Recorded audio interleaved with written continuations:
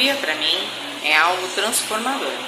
Além dela movimentar vidas, transportando pessoas e carga, ela movimenta toda a parte econômica do país e do mundo. Eu, particularmente, sou imensamente grata pela ferrovia, pois ela me habilitou, me capacitou e me transformou nessa grande profissional que eu sou hoje, com um desenvolvimento não só pessoal, como principalmente profissional. E sou imensamente feliz agora com essa nova fase da ferrovia, inclusive com essa ingressão de mulheres nesse setor que é tão dominado por homens. Eu não consigo tirar essa máquina da cabeça.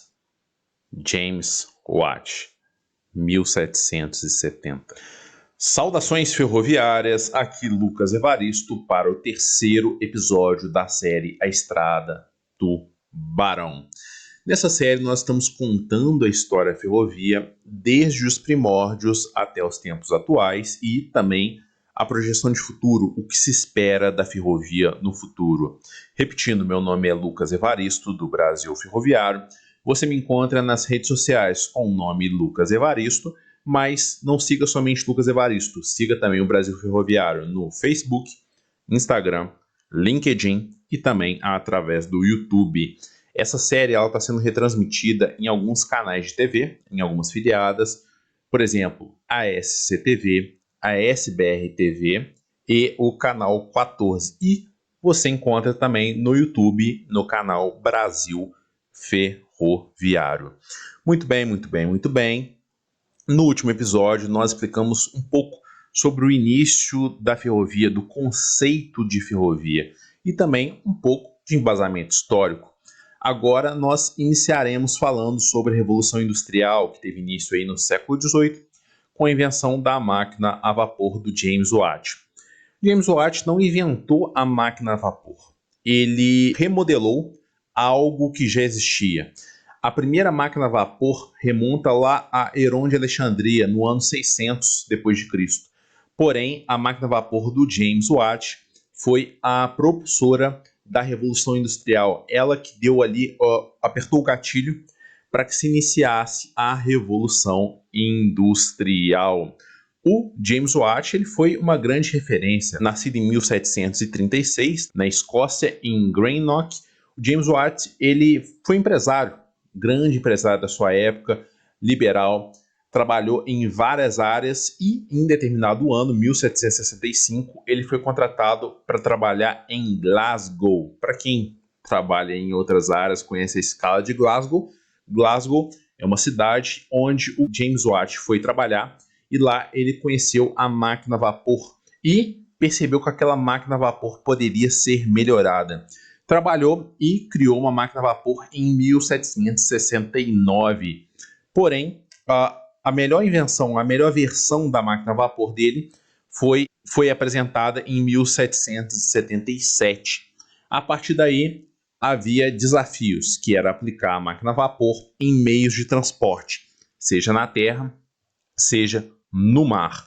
Anteriormente, a tração era realizada por tração humana, através de tração animal ou através de elementos da natureza, por exemplo, a própria água, por exemplo, a força do vento, ok? Portanto, foi nesse momento que se iniciou uma nova jornada, uma nova era para a indústria, a Revolução Industrial. A partir daí, houve esse desafio, reiterando, o desafio de aplicar a máquina a vapor do James Watt, que já havia sido aplicado com sucesso em outras áreas, por exemplo, a tecelagem, por exemplo, para içar cargas, então utilizando a força da máquina a vapor para erguer cargas, e o desafio era aplicar em métodos de transporte.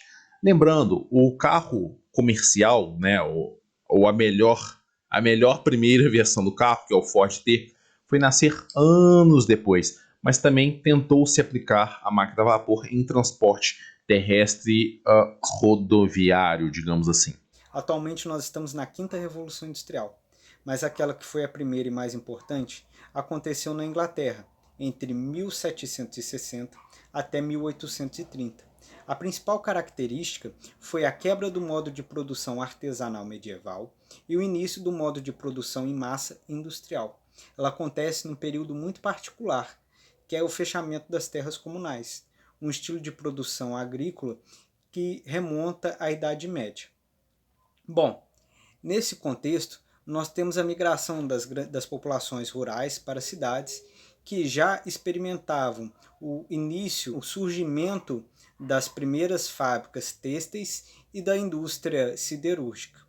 Bom, como a produção aumentou muito e a migração também, precisava-se de meios de transporte mais eficazes para dar conta da escoação dos produtos e da locomoção das pessoas.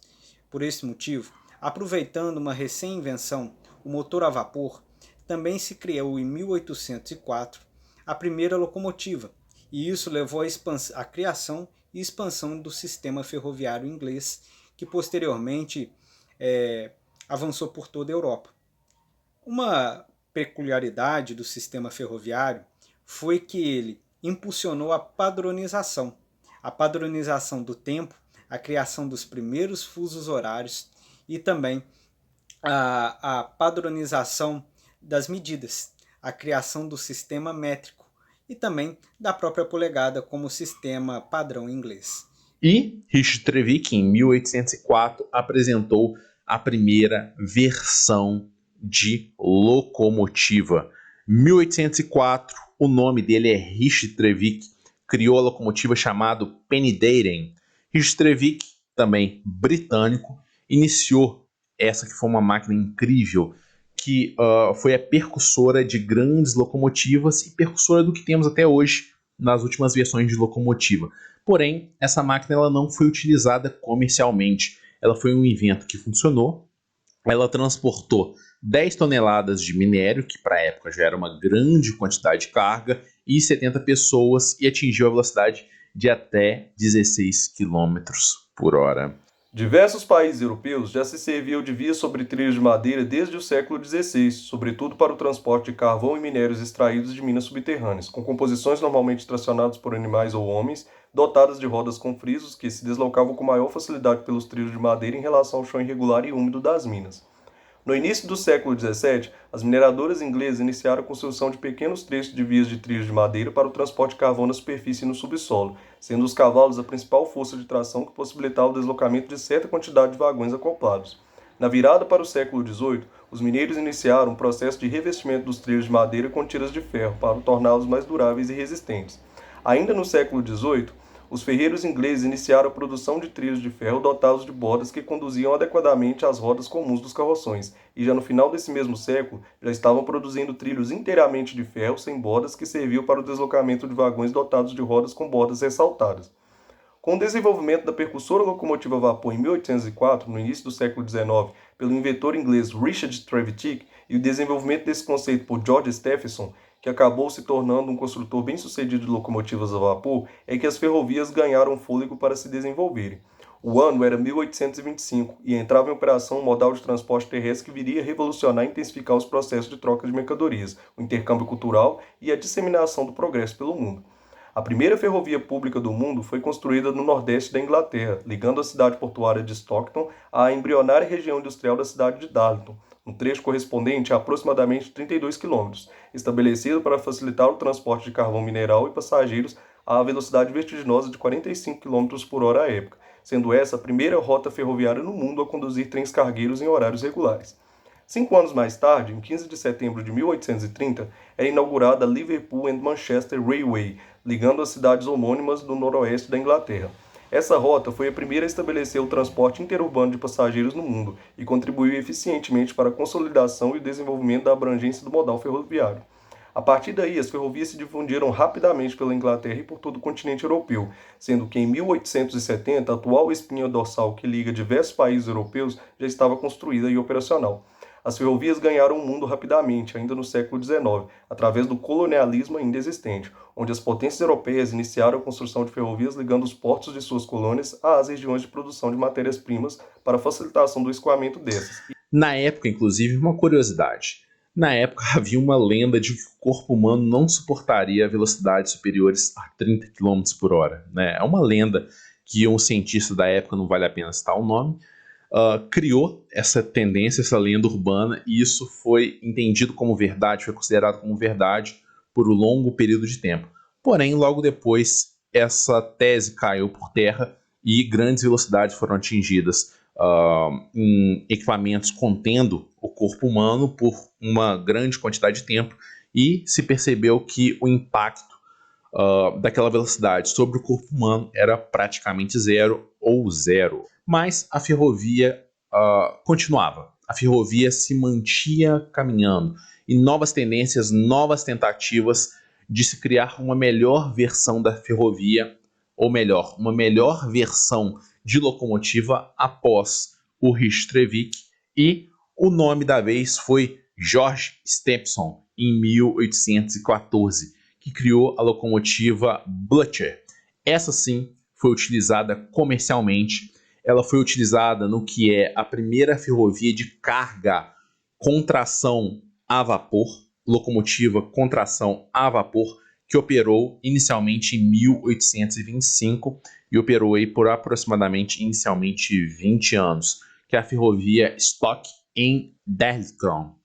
Isso no Reino Unido, ok? Antes dela, tem uma outra ferrovia que pode ser considerada a primeira ferrovia do mundo, mas ainda não era utilizada a máquina a vapor, a locomotiva a vapor, que era a Surrey Iron Highway. Lembrando que o princípio do transporte ferroviário na Europa, né, portanto, no que se entendia como o mundo moderno na época, era para o transporte do carvão mineral. Só um detalhe, tá? A Surrey Iron Highway surgiu em 1794 e a primeira versão da locomotiva do Trevik foi em 1804, então ela é anterior a isso. Portanto, com atração através de animais, cavalos e mulas. Mas a primeira ferrovia de transporte de passageiros, de transporte intermunicipal de fato, foi a Liverpool and Manchester, em 1830. E é também considerada a primeira ferrovia com um método arcaico de sinalização. Portanto, antes disso não se tinha nada relacionado à sinalização. Foi a partir daí que surgiu o primeiro modelo arcaico de sinalização ferroviária. E após isso veio a Grand Junction Highway, em 1837, que foi a primeira ferrovia de longa distância do mundo e também na Grã-Bretanha e também no Reino Unido. Portanto, esse foi o início da ferrovia, os primórdios da ferrovia, os primórdios das locomotivas para a criação desse grande modal chamado modal ferroviário, que é o tema da nossa história, que é o tema da nossa jornada. Os trilhos, a magia dos trilhos, o que se entende por história, cultura e curiosidades que envolvem a ferrovia. Portanto, esse foi o princípio, foi o início da ferrovia no mundo, nascida na Inglaterra e exportada inicialmente para Europa continental, lembrando, né, a Inglaterra é uma ilha, para quem não sabe. Então, após a criação na Inglaterra, houve a exportação da ferrovia para a Europa continental, após para os Estados Unidos e para o mundo inteiro, e chegando até o Brasil, quem diria, hein? Porém, essa é uma história para a gente contar mais para frente, essa é uma história para a gente abordar posteriormente. Por hora, vamos abordar o princípio, os primórdios da ferrovia moderna, que foi o primeiro passo para a ferrovia que temos hoje, utilizadas no Brasil e utilizadas em todo o mundo. Não deixe de se inscrever no canal do Brasil Ferroviário, no YouTube, no Instagram, no LinkedIn e continue acompanhando a Estrada do Barão. Saudações ferroviárias e até o nosso próximo encontro. Tchau!